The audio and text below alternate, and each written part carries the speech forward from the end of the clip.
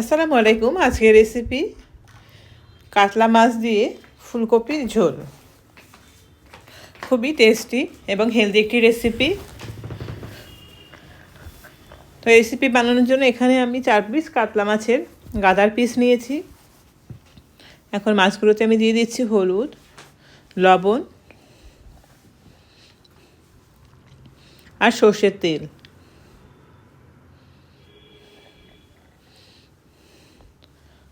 এখন এগুলো খুব ভালো করে মেখে নেব মাছগুলোর গায়ে। তেলটা দিলে ম্যারিনেটটা খুব ভালো হয় এবং যখন আমরা তেলে মাছটা ভাজি তখন তেল ছিটকায় না। তো সব মাছগুলো আমি লবণ, হলুদ এবং তেল খুব ভালো করে মাখিয়ে এখন 10 মিনিট রেস্টে রেখে দিচ্ছি। এখন একটা মশলা বানাবো, তার জন্য এখানে কিছুটা আদা, 4টে শুকনো লঙ্কা আর জিরে নিয়েছি। এখন গরম পানি দিয়ে আমি কিছুক্ষণ এটা ভিজিয়ে তারপরে ব্লেন্ডারে খুব স্মুথ একটা পেস্ট তৈরি করে নেব। কড়াইতে দিয়ে দিচ্ছি সর্ষের তেল। সর্ষের তেলটা খুব ভালো করে গরম হয়ে গেছে। এখন এর মধ্যে দিয়ে দিচ্ছি মাছগুলো একে একে ভেজে নেব। মাছগুলো একটু কড়া করে ভাজবো, অর্থাৎ লাল করে কড়া করে মাছগুলো ভাজবো।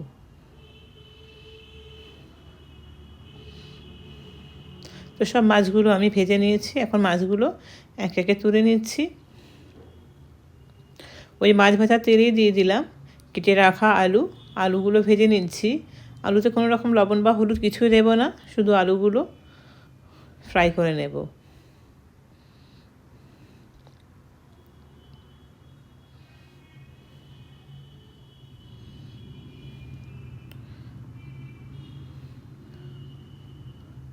আলুগুলোর গায়ে কালার চলে এসছে, আলুগুলো ভাজা কমপ্লিট। আলুগুলো তুলে নিচ্ছি। এখন দিয়ে দিচ্ছি কেটে রাখা যে ফুলকপি, সেই ফুলকপিগুলো ভেজে নেব।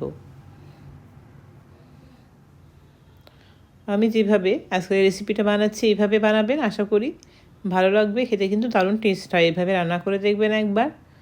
তো এখন ফুলকপিগুলো খুব ভালো করে ভেজে নেব বেশ কিছুক্ষণ ধরে।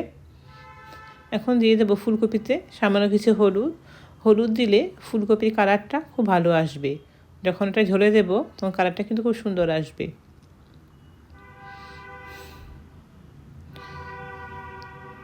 তো খুব ভালো করে আমি ফুলকপিটা ফ্রাই করে নিলাম। ফুলকপির গায়েও কালার চলে এসছে। তো এখন ফুলকপি ভাজা হয়ে গেছে। তো ফুলকপিগুলো সব আমি একে একে তুলে নিচ্ছি। এখন এই তেলে সামান্য একটু সর্ষের তেল অ্যাড করেছি।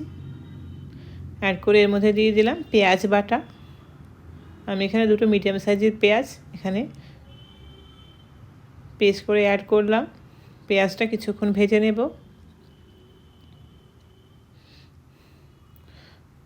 পেঁয়াজটা কিছুক্ষণ ভাজার পরে এর মধ্যে দিয়ে দিচ্ছি যে মশলাটা আমি পেস্ট করে রেখেছিলাম, অর্থাৎ আদা, জিরা এবং শুকনো লঙ্কা, সেই পেস্টটা দিয়ে দিলাম। দিয়ে কিছুক্ষণ কষিয়ে নেব। এখন এর মধ্যে দিয়ে দিচ্ছি হলুদ, আর কালারের জন্য দিয়ে দিচ্ছি আমি এখানে সামান্য একটু কাশ্মীরি লাল লঙ্কার গুঁড়ো। এতে ফুলকপির যে ঝোলটা, সে কালারটা খুব সুন্দর আসবে। এখন মশলাটা বেশ কিছুক্ষণ ধরে কষিয়ে নেব।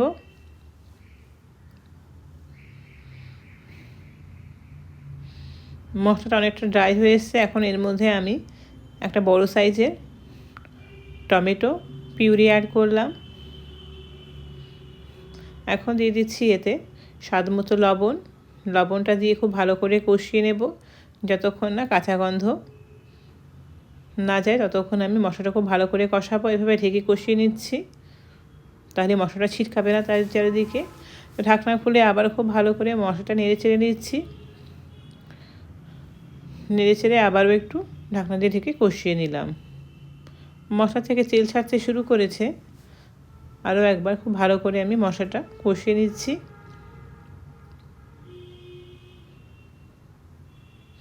মশলা কষানো একদম পারফেক্ট হয়ে গেছে। এখন এর মধ্যে আমি দিয়ে দিচ্ছি আগে থেকে ভেজে রাখা যে আলু এবং ফুলকপি, সেটা অ্যাড করে দিচ্ছি। দিয়ে এখন বেশ কিছুক্ষণ ধরে মশলার সঙ্গে আলু ফুলকপিটা কষিয়ে নেব। এই সময় কিন্তু পানি দিলে হবে না, এই সময় একটু মশলার সঙ্গে বেশ 5-7 মিনিট ধরে একটু নেড়েচেড়ে কষিয়ে নিতে হবে খুব ভালোভাবে। তাহলে কিন্তু এর যে টেস্টটা সেটা পারফেক্ট হবে। তো বেশ কিছুক্ষণ ধরে আমি ফুলকপি এবং আলুটা মশলার সঙ্গে কষিয়ে নিয়েছি। খুব ভালোভাবে আমি মশলার সঙ্গে কষানো হয়ে গেছে। এখন এর মধ্যে আমি দিয়ে দেব ঝোলের জন্য পরিমাণ মতো পানি। খুন্তিটা ধুয়েও পানি দিয়ে দিলাম। এখন নেড়ে ছেড়ে দেব ঝোলটা।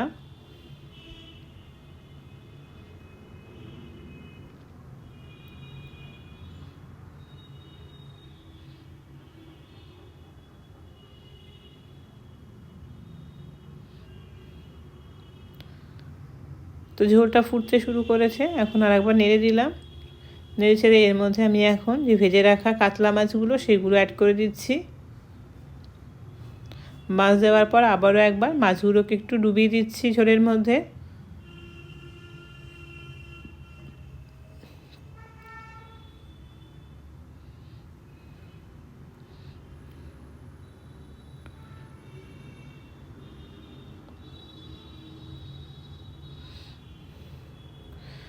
আট 9 মিনিট পর আমি এর মধ্যে দিয়ে দিচ্ছি ওপর থেকে মটরশুঁটি। আমার ফুলকপির ঝোলটা অলরেডি কমপ্লিট হয়ে গেছে। এখন দিয়ে দিচ্ছি এখানে 2টো চেরা কাঁচা লঙ্কা ফ্লেভারের জন্য, আর দিয়ে দিচ্ছি ওপর থেকে ধনেপাতা কুচি। তো তৈরি হয়ে গেছে আমার শীতকালের ফুলকপি আলু দিয়ে কাতলা মাছের ঝোলের রেসিপি। তো রেসিপিটা আমি প্লেটে সার্ভ করে দেখাচ্ছি। তো আপনারাও এইভাবে রান্না করুন, আশা করি ভালো লাগবে।